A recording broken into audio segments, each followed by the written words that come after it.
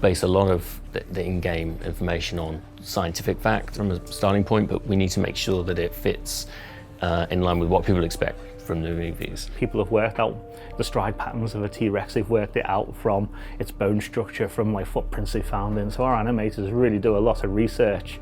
And so the T-Rex that you see, as I say, is a blend between real science and Jurassic science. So it's as authentic as we can make it on both levels. One of the first things we did was go through all of the films and just break down all of those moments from the films and try and make sure that we were getting it as right as possible.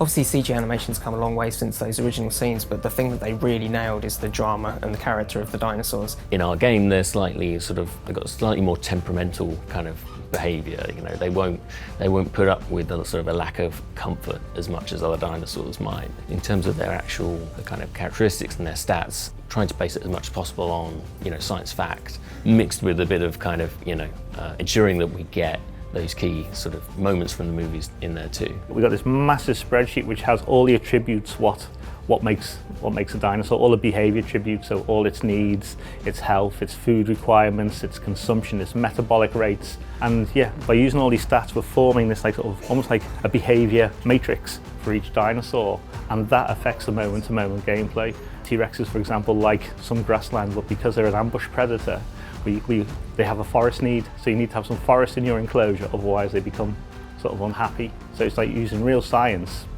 but hopefully the player will learn that there are gameplay reasons for this, and they'll be able to try and get an equilibrium in their enclosures until something happens when, you know, you can't control science and life will find a way. Do you know what I like about the T-Rex, and it still gets me every time? So obviously I love the intricacies of game design, and that's like a slower emotional burn. I just love the roar. Every time I hatch it from the hatchery and it comes out and it goes, that's just as good as it gets.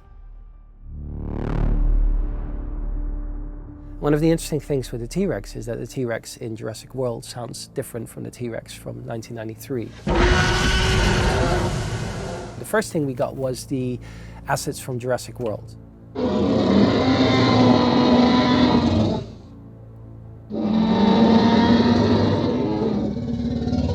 So these are great samples, but they're not the same length as what we need. So we take a sound like that and then we try and deconstruct it. And one of the things we did is we taken the start, the middle and the end as an idea. And if you have those things separate, you can create shorter and longer loops, because at any point you can say, oh, we stop here and we play that end sound, which nicely overlaps.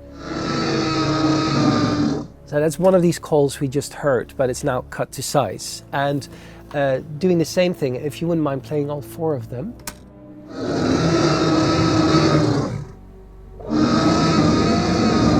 So you start making small variations, because humans are really, really good at picking up repetition. So by having these little variations, by adding a few layers of our own, the nice thing there is, so in this case, if you would play just the layers that we added to this T-Rex, those are our own layers, stuff we added to it. It's quite in the mix, but by adding those layers, by adding to the recipe, we all of a sudden have more ingredients to make those scenes in the game that you don't see in the film. So one of the techniques we use is we get these kind of finished sounds, like a ready meal almost, and then we start thinking about, okay, what are the ingredients in this? What did they use to make this meal? And it's like, okay, there's probably a lion in there, and probably a slow down pig, and then we add those sounds back into their sounds, and then we have a little bit of a flavor of our own that we can then sprinkle on all these scenes that we didn't get delivered. You know, we have to embellish things because you don't want to hear it, you know, something too recognisable you heard so many times. You want it to sound authentic. It needs to sound believable.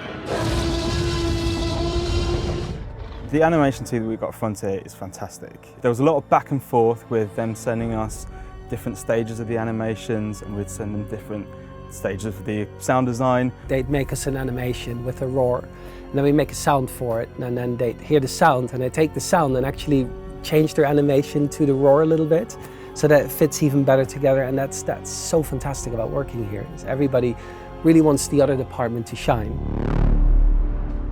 So we start off with the films. Obviously we're making a Jurassic IP and we want to make sure it's as close to that as possible, so we do start with the films, but then we start to look properly at some big bird reference, but also just other similar heavy creatures. You end up with a kind of a chimera of different creatures. You get kind of the feet from one creature to try and get the idea of the feeling of that leg, and you might get a tail from another creature to get something that's got a particularly big heavy tail, and you kind of wind all those things together and you end up with a kind of a mental picture of how that creature's going to work.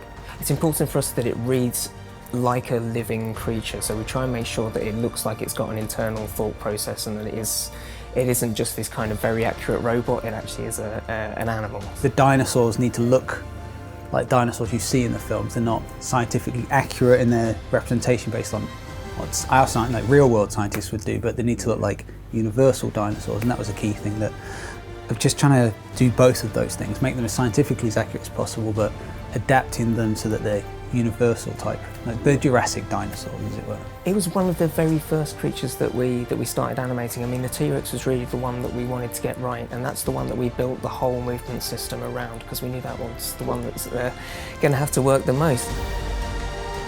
People's mental image of how dinosaurs look and move comes from these films, so we had to make sure it was accurate to those as possible. So we always just tried to get as much reference as we could from the films, try and interpret that as much. I mean, we've all watched the films a million times over, so we know them well. We know what works, and we know the character of all those dinosaurs, and we just we keep all that in mind when we author all of these animations. Seeing it first in game move around, like the landscape, when we first got the navigation systems and having this T-Rex walk around, that was like, it's just impressive. Like, it was just amazing just to like the first steps in development. You're like, okay, we've got this dinosaur, it's moving around.